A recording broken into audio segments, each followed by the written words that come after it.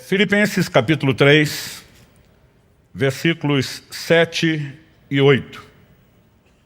De vez em quando algumas pessoas me perguntam: pastor, o senhor tem mensagens que dá para chamar assim de prediletas? Eu falei no plural sim, porque é difícil escolher. Mas certamente o que eu quero compartilhar com vocês hoje, e a primeira e última vez falei disso foi há 7 anos atrás aqui, é um dos assuntos que mais impactou e marcou a minha vida. Isso me levou depois a compartilhar essa mensagem no formato de um livro, que até hoje é o maior best-seller, é o nosso livro mais divulgado, que é o livro Até Que Nada Mais Importe. Já passamos de 500 mil de exemplares distribuídos, e eu senti muito forte de Deus, de mexer nesse assunto 7 anos depois. Eu quero que você me acompanhe em Filipenses 3, versos 7 e 8, que diz assim: mas o que para mim era lucro, isso considerei perda por causa de Cristo. Na verdade, considero tudo como perda, por causa da sublimidade do conhecimento de Cristo Jesus, meu Senhor. Por causa dele perdi todas as coisas e as considero como lixo para ganhar a Cristo. Pai, nós oramos pedindo a Tua graça, ação poderosa do Teu Espírito Santo. Oramos que a Tua palavra fale e cale em nossos corações, não apenas na mente, não apenas na razão, mas nós oramos, ó Deus, que o Senhor também encontre em nós espaço, vulnerabilidade, para que, somada à obra poderosa do Teu Espírito, a palavra encontre lugar de frutificação na vida de cada um de nós. Desde já te agradecemos por tudo o que o Senhor fará e declaramos nossa total confiança e dependência do Senhor e da liderança do Espírito da verdade nesse momento. Nós oramos em nome de Jesus. Amém. Bom, eu queria começar com um pano de fundo, falando de como Deus me conduziu esse texto e me fez entender o que eu quero compartilhar. No dia 31 de dezembro de 2007, último dia do ano, a gente acordou em clima de férias lá em casa, já mais tarde, o almoço acabou saindo também mais tarde, e porque não havia compromissos, a não ser nossa preocupação era só o culto da passagem de ano.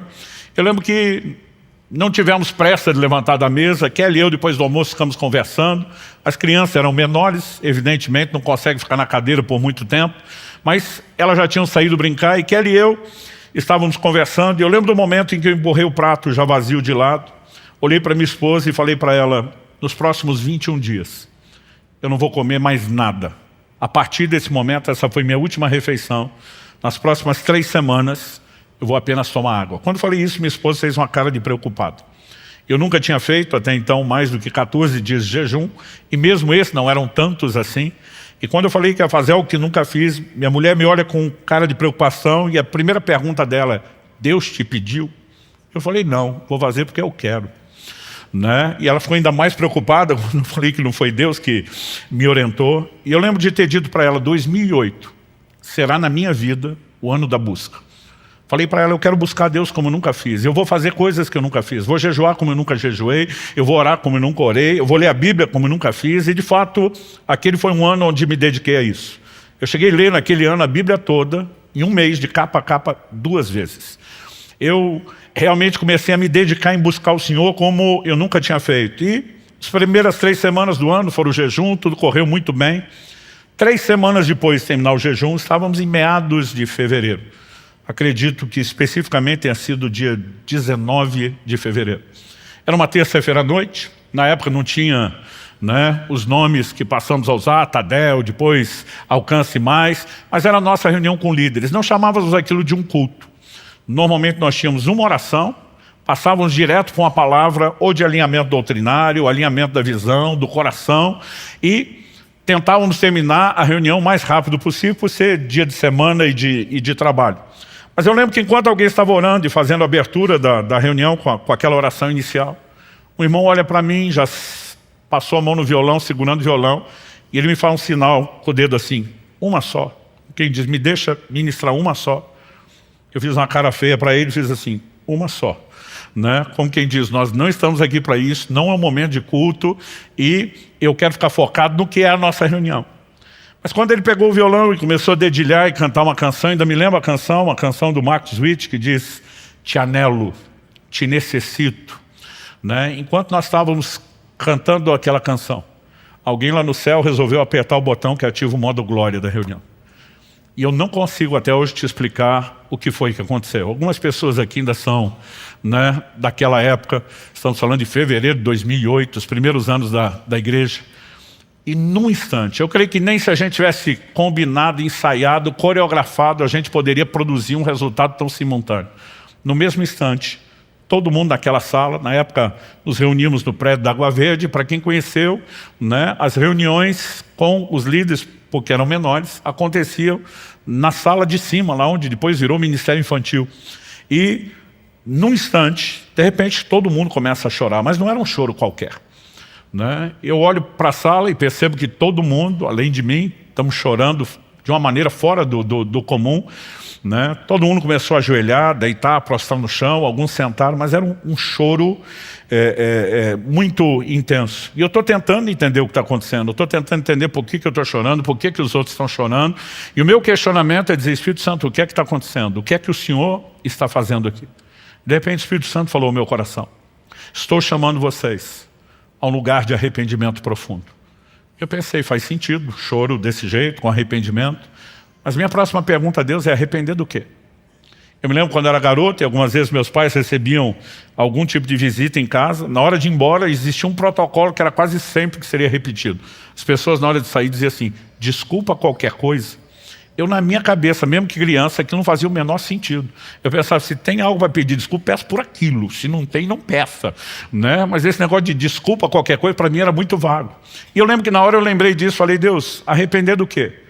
Porque arrependimento tem que ser específico. Não adianta a gente dizer para o Senhor: desculpa qualquer coisa, né? E naquele momento o Espírito Santo falou ao meu coração: vocês precisam se arrepender por não estarem me buscando como deveriam.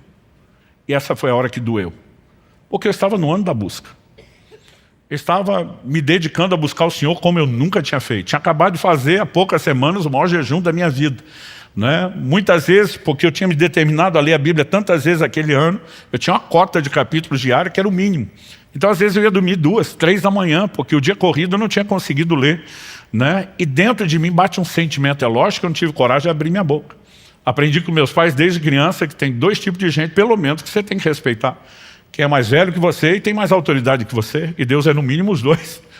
Mas o sentimento veio, eu mordi minha boca, pensei, não falo nada, né? Mas o sentimento de indignação veio, né? A vontade era gritar para Deus: se isso não está bom para você, quando é que vai estar? Né? Porque eu pensava, depois de estar dando o meu melhor em tudo, ainda tem que me arrepender por não estar buscando direito, né? E foi um senso de indignação que eu não consigo explicar, mas por mais que eu tenha tentado, não fale, não peca. O salmista diz: a palavra ainda não me chegou à boca e tu já conheces. Um Deus você não precisa nem falar, você pensou, ele ouviu. Você vai pensar daqui uns 10 anos, ele já ouviu. E apesar de não ter feito a pergunta, quando é que vai estar bom para você, o Senhor me respondeu. Eu nunca mais vou esquecer a resposta. Ela é o tema da minha mensagem, se tornou o título desse livro. A frase que eu ouvi foi: até que nada mais importe. O Senhor me disse: quando você chegar ao ponto onde nada para você é mais importante do que me buscar, você chegou onde deveria chegar. E o Senhor me disse: nesse momento você não está indo para esse lugar. O Senhor me disse: você decidiu que esse seria o ano da busca, e o que você está fazendo na verdade é quebrar todos os seus recordes. Orar como não orava antes, ler mais do que lia antes, jejuar mais do que lia antes. Mas o Senhor diz: a única coisa que você fez foi melhorar sua performance, seu desempenho de busca. Isso não significa que seu coração me deseje mais do que desejava antes. E aquilo caiu como uma bomba dentro de mim. Interessante é que Deus não precisa discutir muito. O poder de persuasão dele vai além de argumentação, né? De repente parece que meus olhos se abriram e eu entendi, em fração de segundos, coisas que eu precisei de um livro inteiro para tentar explicar. É difícil você definir revelação, né? Você tem de fração de segundos coisas que você gasta horas falando e parece que não é suficiente para explicar. Mas de repente todo esse desenho se abre a partir desse texto. O apóstolo Paulo dizendo que para mim era lucro, isso eu considerei como perda. Quando você ouve as expressões lucro e perda, são palavras normalmente aplicadas ao mundo monetário, financeiro, né? A questões de valores materiais, mas é evidente que Paulo não está falando disso.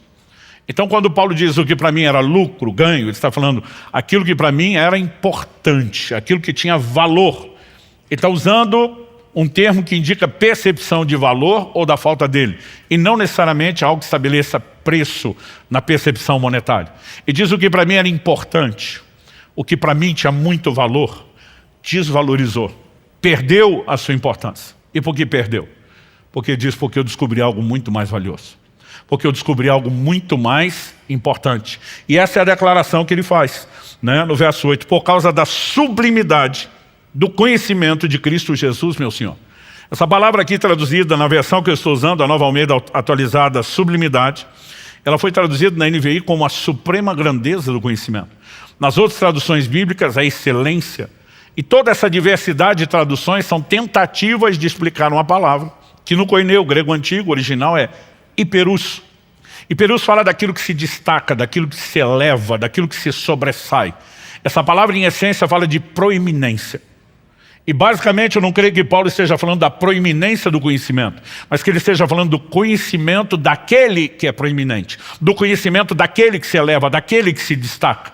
E quando ele entra no lugar de percepção e entendimento da importância de Cristo, comparado a esse nível de importância, o que antes parecia ser importante, perdeu completamente a sua importância, desvalorizou. E nesse momento eu entendi o Senhor dizendo, eu não espero de você nada menos do que chegar a esse lugar de compreensão, que nada deve ter a mesma importância para você do que eu. Ou seja, muitos de nós já não buscamos a Deus como deveria. Dos que estão buscando, alguns de nós, estamos focando talvez algo que precise de um certo ajuste. E eu quero começar falando em primeiro lugar, esse foi o primeiro nível de entendimento e de correção que Deus trouxe para mim. Eu não vim aqui corrigir você, eu vim contar a história da minha correção, na esperança de que a carapuça também lhe sirva. Porque não é justo a gente apanhar sozinho, a gente sempre quer que alguém mais seja incluído na história. Mas Deus me fez ver um contraste entre performance, usar a palavra performance, leia-se desempenho, entre performance versus paixão. Muitas vezes nós estamos nos dedicando a uma performance de busca, sem ter a paixão que deveria mover a nossa busca a Deus. Isso talvez possa ser bem percebido num dilema apresentado na Escritura que envolve a igreja de Éfeso. Na primeira das 7 cartas às igrejas da Ásia, no início de Apocalipse 2, o Senhor se dirige, ao anjo, ao mensageiro da igreja, e começa nos mostrando que era uma igreja de alta performance. Conheço as tuas obras, teu labor, a tua perseverança. Para mim tem uma progressão aqui. A obra já mostra que era uma igreja ativa, trabalhadora. Mas quando fala labor, já está falando do modo canseira, muito trabalho. Mas quando fala de perseverança, isso está falando daquela pessoa que chegou no modo sacrifício. É aquele nível que de vez em quando a gente fala para os nossos líderes aqui, é sangue nos olhos e faca no dente. É com ou sem vontade, com ou sem empolgação. E a igreja de Éfeso era uma igreja de alta performance, não importa a perspectiva de análise. Se você lê a história do que acontece em Éfeso, registrado no livro de Atos, se você lê as entrelinhas da própria epístola de Paulo aos Efésios, se você olha para a carta que o Senhor Jesus envia através do apóstolo João no Apocalipse, ou se você olha as descrições da história, a igreja de Éfeso era uma igreja incontestavelmente de alta performance, não só no trabalho. Eles eram o que nós podemos chamar de uma igreja que tinha muita resiliência. O Senhor diz, suportastes provas por causa do meu nome e não desfaleceste. Tinha um controle de qualidade até. O Senhor diz, puseste à prova os que dizem apóstolos e não são, e os achaste mentirosos. Não há ângulo ou perspectiva que você avalie a igreja de Éfeso que não veja nela alta performance. Mas o Senhor diz, tenho porém contra ti, que abandonaste o teu primeiro amor. E aí Deus está dizendo, a performance está lá em cima, estratosférica. Mas a paixão está no chinelo, está lá no chão. E aqui, de repente, um desenho começa a se abrir. E o Senhor não fala disso como se fosse uma crise. Eu lembro de uma ocasião que uma pessoa me aborda e diz, pastor, o senhor poderia orar por mim no final de um culto? Eu falei, claro. Pelo que você quer que eu ore? Eu gosto de perguntar pelo que a pessoa quer oração. E ela falou assim, não, eu estou em crise. Eu falei, que tipo de crise? Ele falou, perdi o primeiro amor. Eu falei, desculpa, então você não está em crise, você está em pecado. E ele me olhou assustado, como assim? Eu falei, o único momento em que Deus toca no assunto, você está falando de perder o primeiro amor e diz, lembra-te de onde caíste, chama de queda. Arrepende-te, está chamando arrependimento. Então nós temos uma lógica muito simples. A definição bíblica de pecado Está lá em 1 de João 3,4. É a transgressão, a desobediência da lei. Quando perguntaram a Jesus qual o maior, o principal, o número 1 de todos os mandamentos, o que é que Jesus respondeu? Amarás ao Senhor teu Deus de todo o teu coração, com toda a tua alma, com todo o teu entendimento, com todas as tuas forças. Logo, não é apenas amar a Deus que é o mandamento principal, mas é amá-lo com tudo que é em nós, é amá-lo com o que nós podemos chamar de amor total. Se esse é o maior mandamento e eu não estou cumprindo o maior mandamento, é evidente que eu não estou em crise, eu tenho desobediência. E de repente você começa a olhar para essa igreja e o Senhor está dizendo, eu não quero apenas performance, eu quero que vocês cumpram o mandamento. Agora, é importante a gente entender que o mandamento não deveria ser cumprido apenas com senso de obrigação. Então, por exemplo, deixa eu dar um exemplo que ilustre isso. Há uma ordem na Bíblia para todos os maridos. Cada um aqui que é casado e aqueles que estão almejando isso, saibam que é uma ordem incontestável de Deus. Maridos, amem as vossas esposas. Isso significa que eu sou obrigado a amar minha esposa. Isso também nos faz entender que amor não é apenas um sentimento espontâneo, voluntário, mas é uma decisão. Agora, eu fico pensando, esse ano Kelly e eu vamos completar 30 anos de casado. Se cada manhã que eu acordo do lado dela, eu falasse para ela, eu amo você. E quando ela abrisse um sorriso de satisfação, eu atropelasse ela com a próxima frase. Fazer o quê, né? Deus mandou. Não tem opção. Então estamos aqui para cumprir a obrigação. Eu fico me perguntando se estaríamos casados ou qual seria a qualidade do matrimônio. Pastor, o senhor não é obrigado a amá-la? Sou. E ela não sabe disso? Sabe. Mas ela espera que eu cumpra o mandamento, não com senso de obrigação, e sim com senso de prazer. De vez em quando, nas nossas conversas, a gente revisita algumas memórias, alguns episódios, coisas que não foram as melhores e tivemos que aprender e crescer com isso, mas coisas que foram muito marcantes. Eu tenho certeza que eu posso dizer isso, que nesses quase 30 anos, um dos momentos assim, existe um score, uma pontuação que o marido tem com a mulher. Para o homem é difícil entender. Você dá um carro para a mulher, vale 1 ponto. Você dá uma flor, vale 1 ponto. Você dá uma bolsa, vale 1 ponto. Né? A gente não entende o sistema de pontuação, mas tem hora que você vê nos olhos da mulher que o score está subindo ou está despencando. Quando nós completamos 10 anos de casados, e nós começamos aos 5 anos de casado, criamos uma convenção entre nós que a comemoração daqueles, a cada 5 anos de casado, tinha que ser algo especial. Que não dava para fazer coisa especial todo ano, mas que a cada 5 anos ia caprichar. A primeira de 5 anos, a gente estava assim, sem muito recurso nem muita fé. Então foi uma coisa bem singela. Mas quando estava chegando perto dos 10, a gente não tinha dinheiro, mas tinha fé. E nós estávamos orando, eu pedindo a Deus algo especial, e eu fui surpreendido por um problema terrível.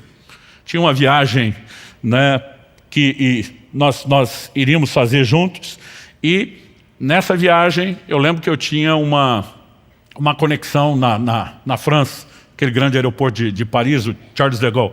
E a empresa aérea fez alguma mudança no nosso bilhete e nos notificaram que a gente ia ter que ficar 2 dias esperando em Paris. 2 dias. Era o sonho da minha mulher. E eu lembro que nós aproveitamos, em vez de reclamar e querer brigar por aquilo, vamos aproveitar que nós ganhamos a viagem que não poderíamos fazer. Era para ser só uma conexão. E tivemos nosso passeio. E no dia que nós subimos a torre, eu fiquei pensando o que eu falo que não seja só tão clichê, mas que seja honesto, que não seja só o que ela deseja ouvir, mas o que ela merece. Eu pensei. Quando nós subimos, eu falei para minha esposa, em vez de só dizer eu amo você, eu falei para ela, eu quero te dizer algo aqui, em cima dessa torre, desse lugar que te encanta. Eu amo amar você. E até hoje eu lembro daqueles barulhinho de videogame, né?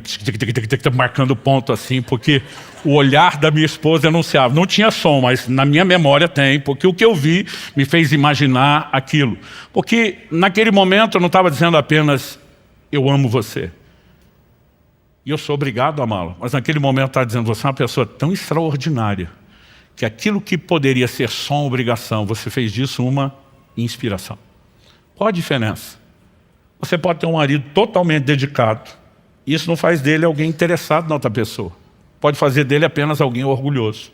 Ele pode olhar para a esposa e dizer, nem você nem Deus pode reclamar que eu não sou um bom marido, fiz o meu melhor, mas ele está focado só nele. O que lhe interessa no final é o orgulho do desempenho, não é a valorização da outra pessoa. É apenas a valorização da sua performance. Se nós entendemos o quão danoso e desastroso isso pode ser num relacionamento humano, por que é que não conseguimos entender o paralelo no plano espiritual? Aquele início do ano, quando eu fiquei indignado de Deus falar comigo que eu tinha que me arrepender, porque eu estava no ano da busca, o Senhor me disse, você não está me desejando mais do que antes. Você só está quebrando seus recordes. E a única coisa que você conseguiu até agora é ficar mais orgulhoso do que você estava antes. E foi o momento onde a casa caiu. Porque de repente eu comecei a entender, não se trata de desempenho ou performance. Nós precisamos entrar em um lugar onde o nosso coração seja profundamente cativado pelo Senhor. Deus não nos deu livre-arbítrio, direito de escolha à toa, com todos, entre aspas, os riscos que Ele correria, né, por nenhum outro motivo. Como disse um grande escritor cristão, Ele poderia ter nos feito como autômatos, programados para amá-lo e obedecê-lo, mas Ele esperava que nós quiséssemos isso. Na verdade, quando eu comecei a entender esse desenho, aí sim, eu entrei num lugar de profundo arrependimento. Há uma frase do grande escritor C.S. Lewis que mexe muito comigo. Ele diz, o cristianismo, se é falso, não tem nenhuma importância. Se é verdadeiro, tem infinita importância. Mas ele arremata dizendo, o que ele não pode ser de moderada importância. E muitas vezes a maneira como nós estamos vivendo o Evangelho, a relação com Deus, nem reflete o fato de que ele é verdadeiro, tem infinita importância, nem de que para nós seja falso, como não tem nenhuma importância, mas nós criamos um híbrido, onde Deus é mais ou menos importante. Você quer ver uma frase que me tira do sério, há mais de 30 anos pastoreando? É quando alguém diz assim, pastor fulano é uma benção, só falta Jesus. E olha como só falta Jesus. Se falta Jesus, falta tudo. Que conversa é Jesus, é a cerejinha do chantilly. Mas nem nós muitas vezes percebemos a maneira como nós estamos lidando com esse ponto e com essa questão. E Deus está nos chamando a um lugar onde a gente de fato entenda, né? E eu comecei a perceber, peraí, se eu estou dizendo à minha esposa que eu amo amá-la, é porque eu entrei num lugar de valorizar quem ela é. E a minha dedicação não é para valorizar a mim mesmo ou minha performance. É apenas o reconhecimento de que poderia ser uma obrigação, se tornou fácil. Porque você me inspira a isso. Com Deus não deveria ser diferente. A segunda coisa que Deus chamou a minha atenção e me corrigiu naquele dia, diz respeito à razão da nossa existência. Eu gosto muito de questionar temas básicos, essenciais nas Escrituras, mas honestamente até esse dia, fevereiro de 2008, nunca tinha parado de pensar nisso. O Espírito Santo me pergunta, naquela reunião de líderes, qual a razão da sua existência? E eu já comecei a desenrolar, né, toda a revelação que eu tinha do plano, do propósito de Deus para o meu chamado. O Senhor falou, não, isso é o seu entendimento do seu chamado pessoal. Qual a razão da sua existência como ser humano, você e todos os outros? E de repente eu começo a me perguntar, que texto da Bíblia talvez resuma isso a respeito de todos nós? E eu não consigo achar nada muito claro, específico, muito direto. Foi nessa hora que o Senhor falou comigo. Abra a sua Bíblia em Atos 17, versos 26 e 27. Eu sabia que Atos 17 era a pregação de Paulo em Atenas, mas não me lembrava, na época, o que estava nos versos 26 e 27. Quando você chega nesse momento da pregação de Paulo, ele diz assim, de um só, uma clara referência a Adão. Deus criou todas as raças e tribos dos homens. Aí ele entra com um indicativo de propósito. Para quê? Por que de um Deus fez todos nós? Para que o buscassem. Há uma razão primária pela qual todos nós existimos. Buscar a Deus. E nós precisamos entender, se isso é a base, se isso é tão primordial, nós não podemos relegar esse assunto a um lugar, né, secundário, dentro da nossa doutrina, periférico, porque ele precisa ser visto como aquilo que de fato é central. Então, se buscar a Deus é o principal, e eu quero destacar isso, nós também precisamos entender que apesar de existirmos para buscar a Deus, existe uma forma correta de fazer.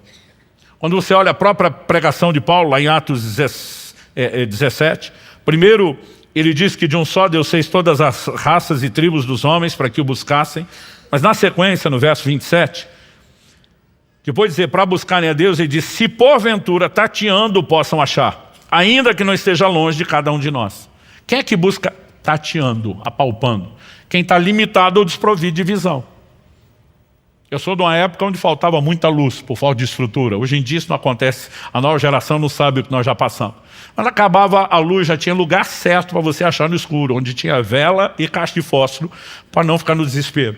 Eu lembro que um dia, eu e Kelly, nossos filhos eram ainda pequenos, nós estávamos fazendo uma visita em algum lugar e deu um blackout. Não sei se foi na cidade toda ou pelo menos no bairro, ficou tudo escuro.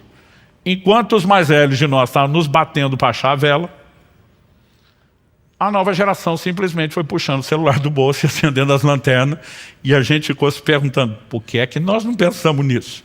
Alguém falou, porque nós nunca treinamos. Né? E normalmente quando ia procurar a vela, sabia mais ou menos o rumo, mas procurava como? Ia apalpando. Quando a Bíblia diz, ainda que tateando o possam achar, significa que o homem, mesmo desprovido de visão, em estado de cegueira espiritual, ele precisa buscar a Deus. Só que a Escritura diz, o qual não está longe de cada um de nós. Ou seja, nós podemos ter dificuldade, mas Deus não quer dificultar ainda mais o processo. Quando meus filhos eram crianças, várias vezes eu brincava com eles, né? Israel e Alice têm 3 anos de diferença, então fiz com cada um em épocas diferentes, mas eu gostava de brincar com eles, de eu me esconder para eles me achar. Mas tudo começou no grau de dificuldade, como eram ainda muito bebê, eu facilitava até demais. Eu lembro que eles ainda bem pequenininhos, eu normalmente me ajoelhava diante do sofá, cobria só a cabeça com a almofada, deixava o corpo para trás. E pensa num corpo que já foi maior do que é hoje. E aí de repente eles diziam, achei você, minha vontade de dizer, quem não acharia? Mas é lógico que eu fazia uma festa, como se fosse aquela coisa extraordinária. Né? Depois de um tempo começava a me esconder atrás de uma cortina, que era semi-transparente. Então ficava o pé para fora, o volume da barriga, e ainda dava para me ver. E assim, eu achei você, porque a ideia não era dificultar. A ideia da brincadeira era justamente que eles pudessem achar. Porque uma única vez que eu tentei me esconder de verdade, acabou a graça da brincadeira, eles desistiram de me procurar, eu quase dormi escondido onde estava e não valeu a pena. Guardadas as devidas proporções, nós podemos dizer o mesmo de Deus. Ele não quer dificultar. Nos criou para buscá-lo. Ele quer ser encontrado, ele não está longe. Mas ele tem um critério para que essa busca funcione e dê resultado. É aquele que Deus, por boca do profeta Jeremias, anunciou. Buscar-me-eis e me achareis. Quando me buscarem, de todo o vosso coração. Jeremias 29:13. Assim como somos chamados a amar de todo o coração. E estou preparando a mensagem, não sei se é spoiler do próximo domingo, se é para mais para frente, né? Onde nós vamos reunir todas as áreas onde a Bíblia diz daquilo que nós temos que fazer de todo o coração. Mas não é apenas amar a Deus, é buscá-lo de todo o coração. Então, se eu e você não colocamos tudo de nós nessa busca, essa busca não vai dar o resultado que deveria dar. Portanto, não adianta que nenhum de nós apenas desenvolva uma performance ou desempenho de busca que não atende nem a razão da nossa existência e nem nos coloca naquele caminho onde poderíamos de fato encontrar resultado. Eu lembro que naquele dia onde Deus está nos corrigindo, naquela reunião de líderes, o Espírito Santo me fez lembrar de um episódio que aconteceu muito tempo atrás. Muito tempo atrás, porque eu era recém-casado, no início do ministério pastoral, e como eu disse, já estou para completar 30 anos. Né? Isso, nós estamos falando, né, de algo que Deus falou comigo há bastante tempo, mas ainda estava fresco na minha memória. O Senhor me perguntou, você lembra daquele episódio do supermercado? O que era a história do supermercado? Eu lembro que eu recém-casado fui chamado como pastor para conciliar, né, uma comunhão intensa entre um casal. Que casal cristão não briga, eles têm excesso de comunhão. Né? Então aqueles dois exageraram na comunhão, que parecia um esmeril no ferro. Faísca para todo lado. Não conseguiram se acertar, os dias foram passando, além de não ter acerto, a coisa foi piorando. No final das contas me chamaram. E eu vou com o coração apertado, pensando que sou recém-casado, não tenho experiência. O casal tinha perto, ou para completar, de 20 anos de casado. Eu lembro que na minha cabeça, na época, eu pensava, é muito tempo. Se nem eles se entendem depois desse tempo, como é que eu, recém-casado, vou ajudar? Eu cheguei todo temeroso, pedindo que Deus me ajudasse. Mas quando entrei, eu lembro que já meio na brincadeira, o que é que está pegando? E o marido tomou a dianteira. E falou assim, pastor, mandei ele chamar porque essa mulher é uma louca. E eu pensei, a coisa realmente não está boa. Tentei brincar, falei, ó, Jó chamou a mulher de louca, mas tinha razão. Vamos ver se você tem razão. Estabeleci as regras. Enquanto você fala, ela fica quieta. Quando ela falar, você fica quieto. Não vale dedo no olho, não vale cotovelado, nem mordido. Coloquei todas as regras. Né? E esse cara falou, pastor, nesses quase 20 anos de casado, o senhor não tem noção de o tanto que essa mulher me pediu para ir no supermercado com ela. E ele olha para mim com a cara de pavor indescritível e diz, eu odeio supermercado. E ainda tentei consolá-lo. Falei, irmão, não está sozinho, o sindicato é grande. Né? Até porque algumas irmãs não ajudam. né? O homem já não gosta de ir no supermercado, ela quer que ele vá junto para ter a DR, a relação lá num lugar público, com caras e bocas, e a coisa não fica realmente fácil, né? E outras mulheres acreditam que os homens sabem onde estão as coisas do supermercado. Elas precisam entender que quando nós vamos procurar, as coisas se escondem, né? Não é fácil de achá-las. Enfim, eu estou tentando ser empático com ele, mas ele falou, bom, o ponto da história não é esse. É que, semana passada, 5 dias atrás, resolvi agradar essa mulher. E eu me ofereci para ir com ela no supermercado. Não foi ela que pediu. E quando eu volto, essa louca me olha para mim e diz, eu nunca mais quero que você vá comigo no supermercado. Ela não sabe o que quer. Quando ele falou isso, a mulher está o tempo todo com a mãozinha erguida, o dedinho erguido, tipo, esperando minha vez, mas ela respeitou as regras. Eu falei, terminou? Ele falou, terminei. Eu falei, pode falar, irmã. Ela falou assim, pastor, eu nunca quis que ele fosse comigo no supermercado. Gente, quando ela falou isso, ele surtou. Eu às vezes ia endemoniou, mas não é bom falar isso para crente. Porque bravo ele já estava, então eu fiquei pensando o que era o próximo nível, para onde foi. Mas ele enlouqueceu. Eu estou falando que ela é louca, eu tenho testemunha. Começou a chamar os filhos para depor no tribunal. Eu falei, calma. Eu interrompi ele e falei, enquanto você falava, ela não te interrompeu. Agora é a vez dela, ela vai falar, você não vai interromper. Falei, mamãe, já que ele te interrompeu, deixa eu dizer algo. Nem eu estou conseguindo acreditar na senhora. Eu falei, a senhora pode até não ser essas donas que quer discutir a relação no mercado, mas dizer que nunca quis, nem uma vezinha que ele fosse. Me ajuda a entender isso. Ela olhou para mim e falou, pastor, o que eu queria não é que ele fosse. O que eu queria é que ele quisesse ir. E foi tão profundo que ela falou que eu levei uns minutos para entender. Eu falei, como é que é? Falou, o que eu queria não é que ele fosse no supermercado, é que ele quisesse. Olha só repetiu, não explicou. Falei, ok, pastor. Então deixa eu te explicar. Ele de fato se ofereceu e foi comigo no supermercado. O senhor tinha que ver a cara dele enquanto estava lá. O senhor tinha que ver a linguagem corporal, olhando para o relógio. Evidente que ele não queria estar lá. Eu fiquei pensando, esse homem deve ter aprontado algo tão terrível, mas tão terrível, que ele decidiu se dar uma autopunição. O que é o pior castigo que eu mereço depois do que eu fiz? Ir com a minha mulher no supermercado. Ela falou, agora, se ele precisa de uma autopunição, eu tenho que aguentar aquela cara feia junto comigo? Ela falou, pastor, eu não queria que ele fosse, eu queria que ele quisesse ir. Então, meu argumento para ele é o seguinte, se não consegue ir com um cara feliz, não vá nunca mais. Eu olhei para ele e falei, velho, desculpa, mas ela tem razão. E Deus me fez lembrar daquela história, disse, você lembra daquela história? Eu falei, lembro. E o Senhor falou, pois é, o que eu queria não é que você me buscasse, é que você quisesse me buscar. E de repente, parece que a coisa realmente fez sentido. Deus não espera apenas que a gente cumpra a obrigação, mas que a gente entre num lugar de intencionalidade, movido por um senso de prazer no cumprimento daquilo que também acaba sendo uma obrigação, tanto amá-lo como buscá-lo de todo o coração. Quem está entendendo, diga amém. John Wesley diz que não se admita no coração outro desejo ou propósito, cujo objeto supremo não seja ele. E de repente Deus me levou a um lugar de compreensão, e isso eu posso lhe garantir, foi uma das coisas mais marcantes e revolucionárias, principalmente pelo contexto do entendimento dos outros princípios.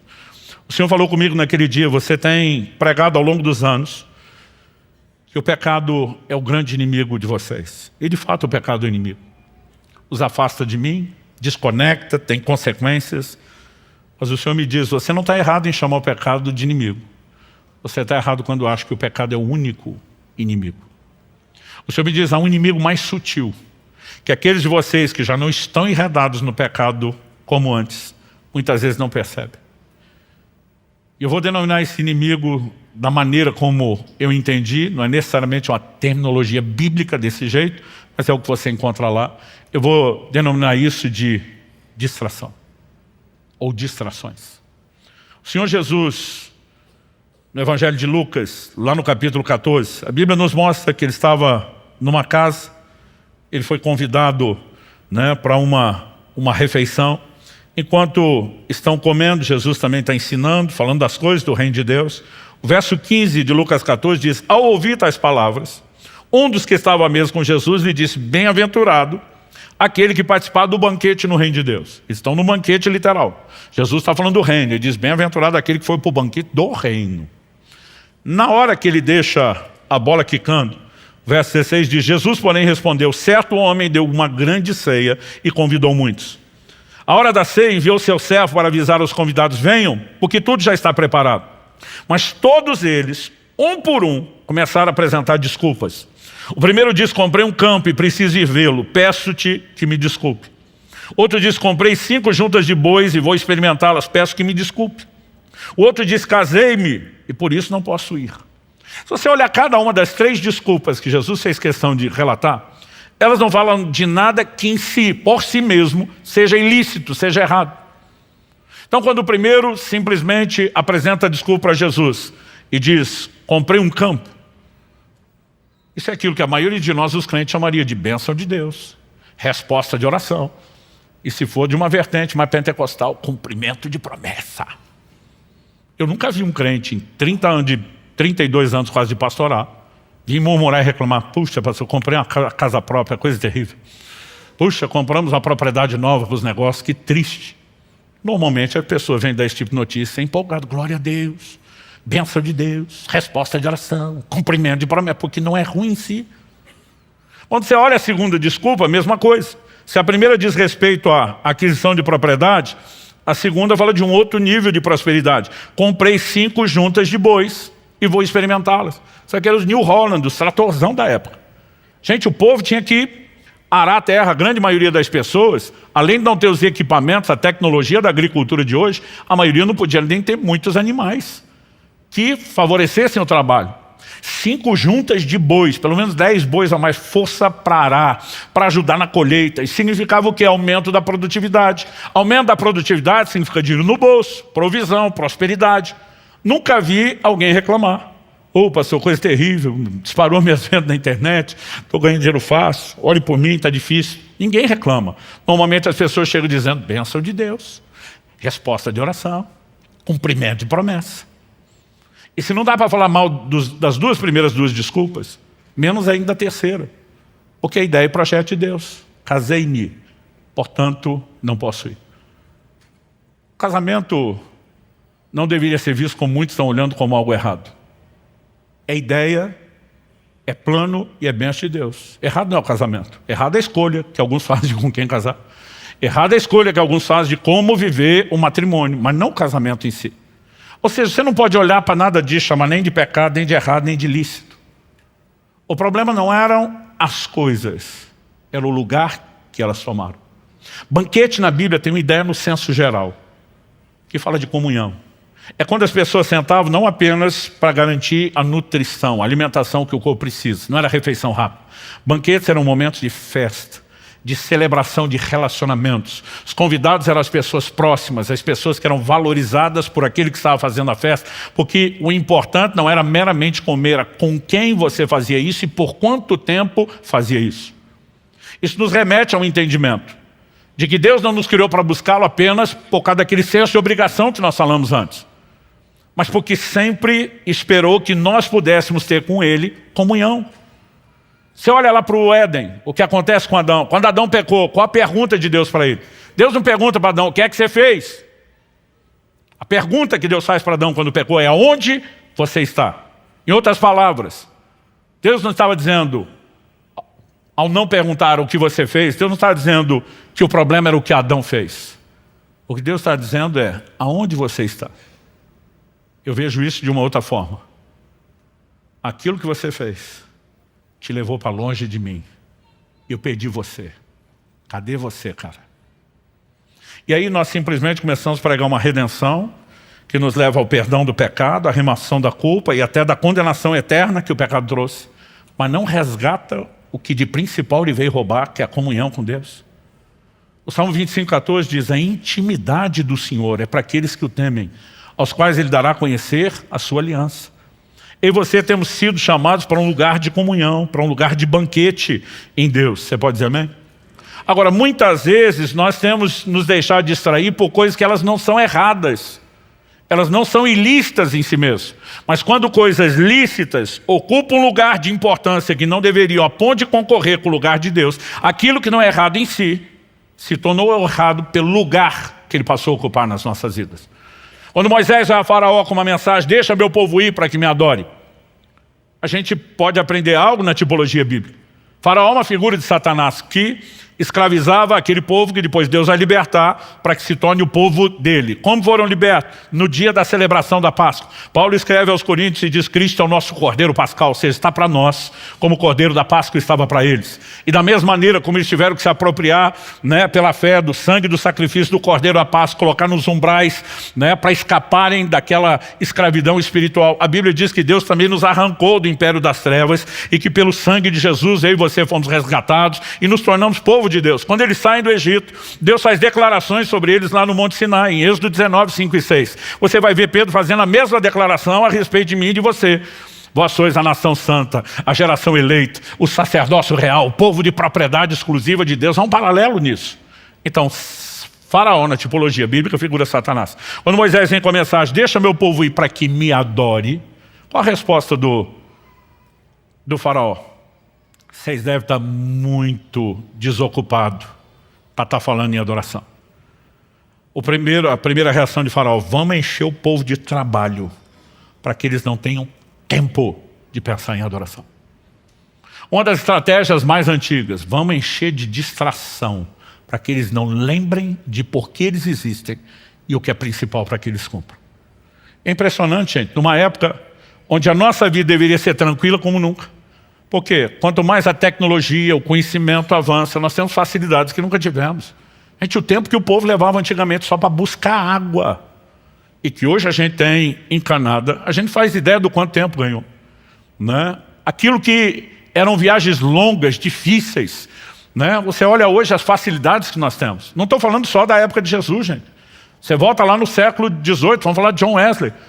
O cara viajava para pregar o evangelho do mesmo jeito que Jesus e Paulo, a pé, a cavalo, dentro de navio, né? Tudo era lento, era um processo, são desafios. Eu, às vezes, né, já fiz isso muitas vezes, estou no sábado pregando no norte, no nordeste do Brasil e tenho tempo para voltar tranquilo para as nossas reuniões de domingo, por causa, né, da facilidade do transporte. Em tudo o que nós avançamos era para a gente ter tempo sobrando. Mas quanto mais facilidades nós temos, mais coisa a gente arruma para fazer. Aliás, nós somos a geração campeã de entretenimento. Nunca se gastou tanto tempo em entretenimento como nós gastamos. Porque a questão não é o que vai tomar atenção. O importante é que eles não tenham tempo para pensar naquilo que deveriam fazer. Distrações. Pensa em uma estratégia que continua sendo usada, porque eu acredito que o diabo também deve ter a versão dele do ditado: do time que está ganhando não mexe. Está dando resultado, para que mudar a estratégia? E naquele dia Deus me chamou fortemente a atenção para um episódio bem conhecido, mas que eu nunca tinha enxergado essas verdades nesse episódio. Se você puder me acompanhar em Lucas, capítulo 10, a partir do verso 38. A Bíblia diz: quando eles seguiam viagem,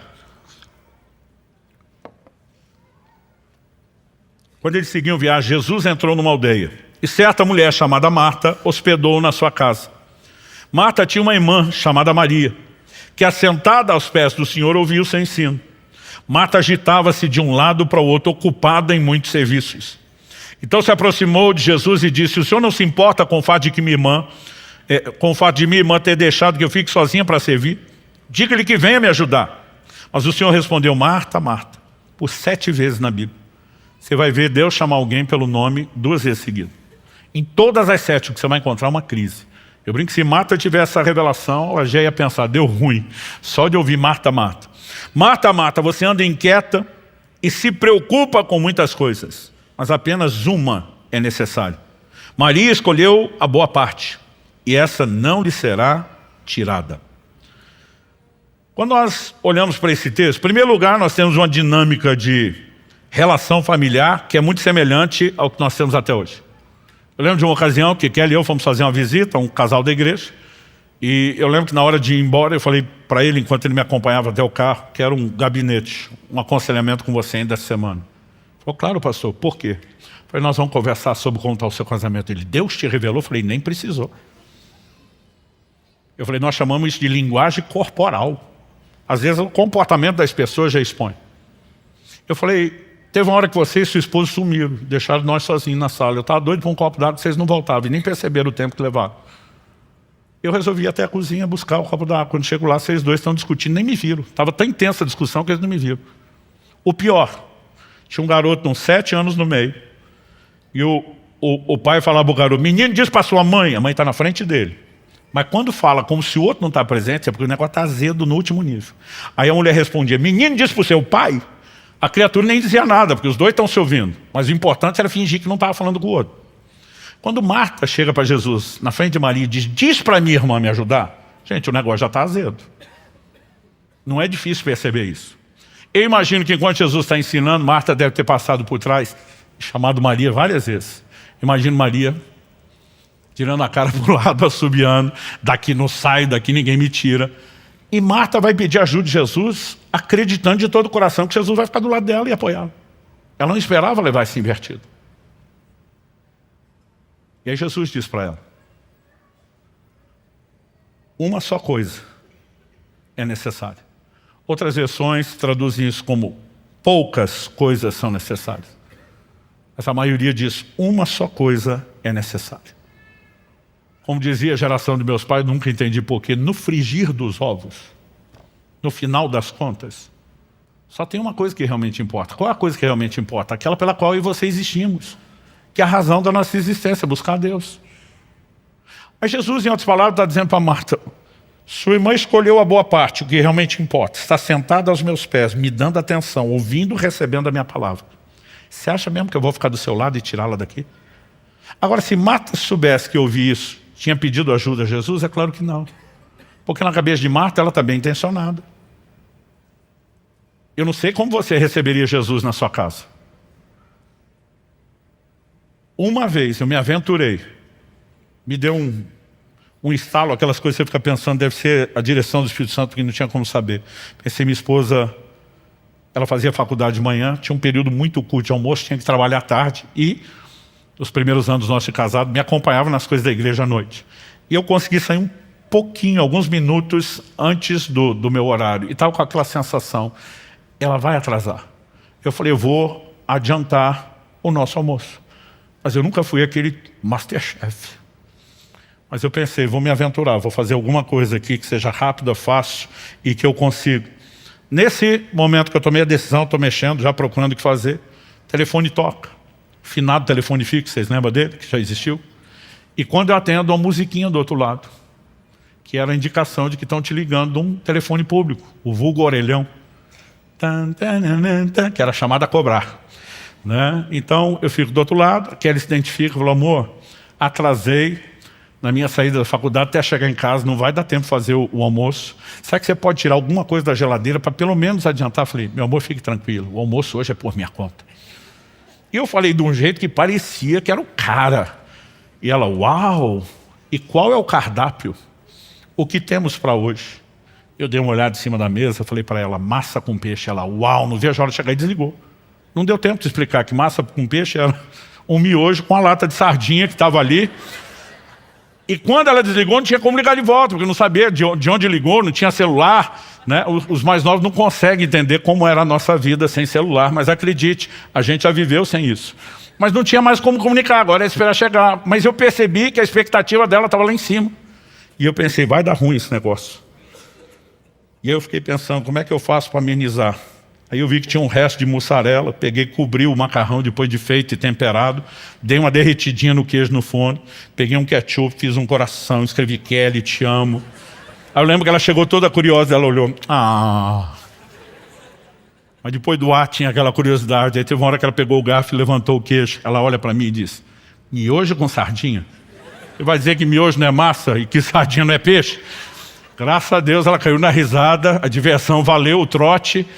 Mas por que eu estou dizendo isso? Se eu fosse receber Jesus hoje, pessoalmente na minha casa, eu não teria coragem de dar esse tipo de massa com peixe. Você fica imaginando, gente, receber Jesus tem que fazer o melhor. Se você pensar, a motivação de Marta não é ruim. E outra, Jesus não vinha sozinho, gente, tinha uma tropa com ele. Vamos falar sério.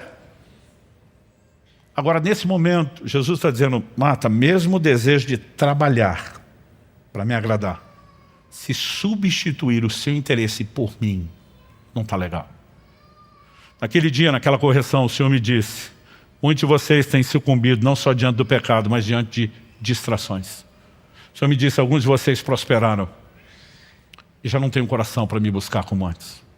Alguns de vocês prosperaram na carreira e não têm nem coração, nem tempo para me buscar. O Senhor me diz, alguns de vocês prosperaram no ministério, inclusive você. e já não me buscam hoje como buscavam antes. E de repente o chão sumiu debaixo do pé, porque de repente eu entendi, como nunca havia entendido, que de fato nós estávamos falhando com o Senhor. E Deus me fez lembrar, você lembra da história do videogame do seu filho? Falei, lembro, essa estava fresquinha, era coisa de 2 anos. Eu lembro de um dia que eu cheguei em casa com um videogame de presente para o meu filho. E quando eu entrei em casa, eu nunca tinha visto ele fazer tanta festa com presente como com esse. Ele corria, ele pulava, ele gritava, ele jogava no chão, simulava que estava tendo convulsão de felicidade. Aí ele voltava, segurava minhas bochechas e dizia, você é o cara, é o melhor pai do mundo. Aí saía para pular, correr, ter convulsão de novo, voltava a segurar minha bochecha. Foi uma sessão assim, nunca vou esquecer. E eu fiquei me achando o cara, eu sou o melhor pai do mundo. Mas gente, não precisei de 2 dias para arrepender de ter dado aquele presente. Porque eu perdi meu filho. Perdi meu filho para o videogame. Eu gastei antes da pandemia uma média de 17 anos, ficando 3 dias fora de casa, quinta, sexta, sábado. A maior parte desses 20 anos que moro em Curitiba, eu sempre tentei morar perto do aeroporto. Não só pelas idas e vindas, mas assim, quando eles eram pequenos, né, e a Kelly avisava, papai chegou, já era aquela ansiedade. Então, às vezes eu ligava para ela, dizia, aterrissou. Era o tempo dela sair de casa, me pegar no aeroporto. E quando ela chegava com o carro, já estava saindo na porta, chegava logo em casa e as crianças sempre estavam me esperando. Era o momento de papai voltou para casa, festa. Então a gente se abraçava, brincava, era o nosso momento de comemoração. Depois do bendito videogame, para não falar o que eu penso dele, cada vez que eu passava por aquela porta, estava só a Alice. O Israel mais velho já não estava lá.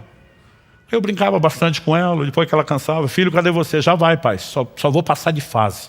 Gente, eu peguei um ódio nessa frase, passar de fase. Você não tem noção. Um dia eu estava num evento de pastor, um falou para mim, pastor, o senhor pode orar por mim? Eu falei, sim, pelo quê? Ele falou, não, eu sinto que medicinalmente está na hora de passar de fase. Eu falei, se quer que eu ore, arruma outra fase. Ele não entendeu nada. Eu falei, não oro, se não mudar isso, não oro. Eu lembro de um dia que cheguei em casa, minha vontade era pegar aquele videogame e jogar pela janela do quarto de cima lá do sobrado. O senhor me disse, você lembra disso? Eu falei, lembro. O senhor me disse, vocês fazem a mesma coisa comigo o tempo todo. Quantas coisas vocês desejaram, oraram, pediram, e quando eu dei, vocês sabem que nem seu filho. Convulsão de alegria, corre, pula, agradece. Você é o melhor pai do mundo. O Senhor diz, mas eu tenho perdido vocês para essas bênçãos. E de repente Deus me deu a capacidade de entender emocionalmente, não só intelectualmente, aquilo que nós fazemos com Deus. Aquele dia eu entrei num lugar profundo, não só de arrependimento, mas de entendimento, de retomada da rota. Perguntaram uma vez a Stanley Jones, missionário metodista por quase 50 anos na Índia. A Índia até hoje é um lugar com muita perseguição ao Evangelho. Não é um lugar onde não haja opções de religião. Você tem todas as religiões do mundo lá. Mas conversão, por exemplo, é proibido. E esse é o nosso negócio, nós vivemos de conversão. Então, os cristãos acabam sendo muito perseguidos. E uma vez perguntaram a ele qual era o maior inimigo do cristianismo, esperando que ele falasse que era a perseguição. E a resposta de Stanley Jones foi, o maior inimigo do cristianismo não é o anticristianismo, é o subcristianismo. Ele diz, nesse ambiente que vivemos de perseguição, aqui o crente tem que ser crente de verdade. O problema está com vocês, não tem liberdade. E esse cristianismo é medíocre, sem vergonha. Subcristianismo, definiu ele, é o nosso maior inimigo.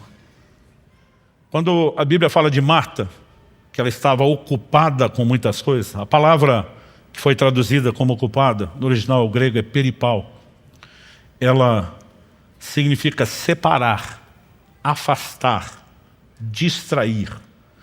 Entrar no estado de estresse mental significa tanto estar distraído, como estar super ocupado ou bastante atarefado, o que normalmente é o que gera a distração. E muitas vezes eu e você estamos nos envolvendo com coisas lícitas, até mesmo a tentativa de trabalhar para Jesus como Marta, mas a ponto de desconectar. E quando isso acontece, a gente precisa consertar as coisas. Então, eu passei por um período de 10 anos de profundo trato de Deus. Eu lembro que nesses 10 anos, eu não fiz mais nenhum jejum prolongado. Porque a gente tem mania de ir a extremos, pensa, não vale nada, isso é só a performance. 10 anos depois dessa experiência, Deus me mandou pregar pela primeira vez a respeito do assunto. Na verdade, não chegava a 10, foi um pouquinho antes de completar isso, mas estava bem próximo ali. E quando eu estava pregando, nós ainda estávamos ali no prédio da Água Verde. Eu estou descrevendo para o pessoal no início como foi aquela experiência que eu contei. E para o pessoal ainda falei, olha, foi na sala tal. Aquilo estava tão vivo na minha memória, que quando eu falei disso 7 anos atrás, eu me emocionei no púlpito, me deu uma vontade de chorar. Lembrando o que foi aquela visitação de Deus, o que foi aquela ministração. E dentro do meu coração, enquanto pregava e contando a história, eu falei para Deus, Senhor, muito obrigado por aquele dia. Quando eu falei isso, não esperava. O Espírito Santo falou comigo no púlpito, no meio da pregação. O que gerou aquela experiência foi o jejum. E eu levei um susto. Falei, achei que não tinha valido nada o jejum. O Senhor me disse, não. Eu falei que a sua motivação estava errada. E que você precisava ajustá-lo, não que ele não teve efeito. Foi naquele momento, em cima daquele púlpito, que eu soube que Deus estava me chamando pela primeira vez para um jejum de 40 dias. Mas dessa vez o que eu entendi foi Ele me dizendo, vem com a motivação correta. Venha para me colocar à frente das coisas mais importantes, inclusive o alimento da sua subsistência. E quando as pessoas me falam, pastor, parece que o senhor ficou meio fanático nesse negócio. Eu digo, é porque vocês não entendem o que ele representa. Se há algo que tem sido a base de toda a construção de Deus para aquilo que nós começamos a praticar e falar depois sobre o jejum, foi entender a importância de chegar a um lugar onde nada concorra com ele. Onde nada, absolutamente nada, seja tão importante quanto ele. Onde nada se compare com o lugar dele. E é para esse lugar que Deus está chamando a mim e a você. E a minha oração é que você consiga entender e mensurar isso não só na sua mente, não só na razão, mas que o Espírito Santo consiga ir naquele lugar mais profundo do coração, encontrar em mim e você um lugar de resposta. Vamos ficar em pé para parecer que está acabando.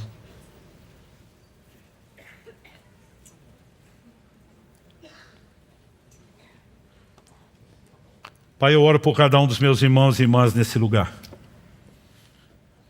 Te agradecemos a Tua palavra, agradecemos a bondade, o amor e misericórdia do Senhor por trás dela, que tem o propósito não de nos condenar ou culpar naquilo que temos falhado, mas de nos resgatar.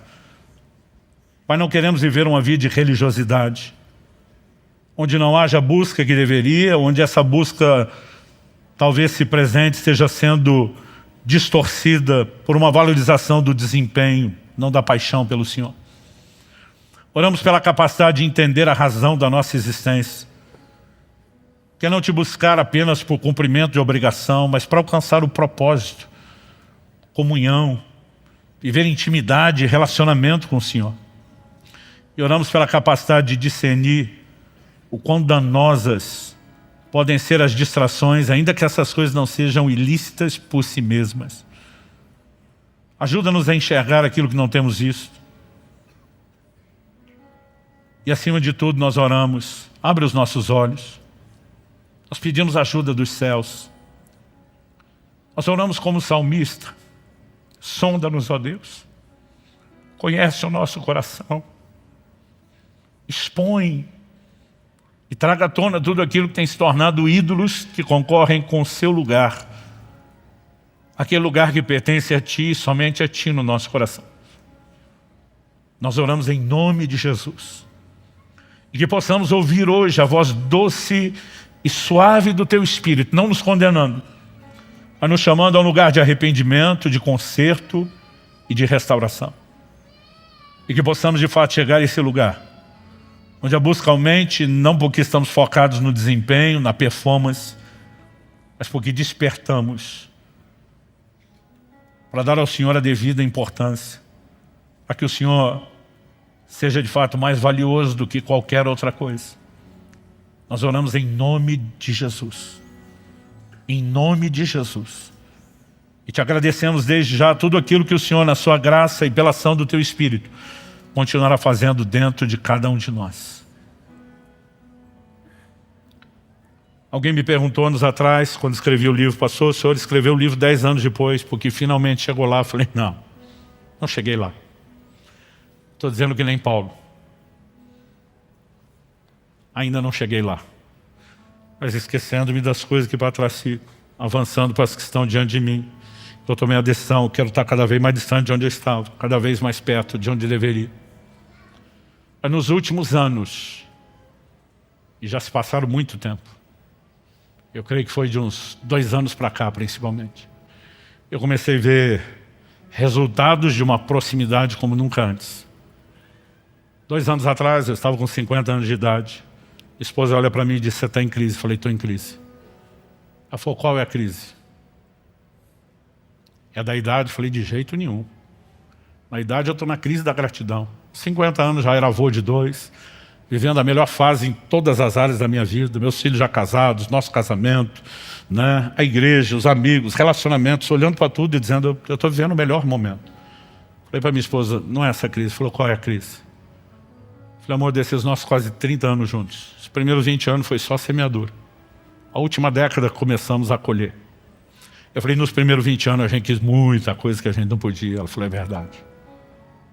Eu falei: mas agora que a gente pode, eu não quero mais. Ela falou: deve ser bom. Eu falei: tomara, porque se não for maturidade é autossabotagem. Ela falou: mas qual é a crise? E até hoje isso me dói. Eu falei para ela: a crise é porque nós perdemos tanto tempo querendo essas coisas, como se aquilo fosse nos preencher ou nos realizar. Por que é que a gente ficou tão distraído querendo as coisas, para depois descobrir que a gente não precisava delas para ter o que nós temos hoje em Deus? Esse nível de realização e preenchimento nele. Sabe o que é curioso? Quanto menos importantes são essas coisas, mais Deus nos dá. Mas por outro lado, quando isso é tão importante, bom de concorrer com ele, normalmente ele não nos dá. E se eu fosse Deus, eu também não nos daria. Porque não há inteligência em fortalecer a concorrência. Mas quando o nosso coração passa a ser somente dele, ele pode gerar muito acréscimo. Que isso nos ajude a entender um Deus que não está tentando nos oprimir, mas tentando nos abençoar.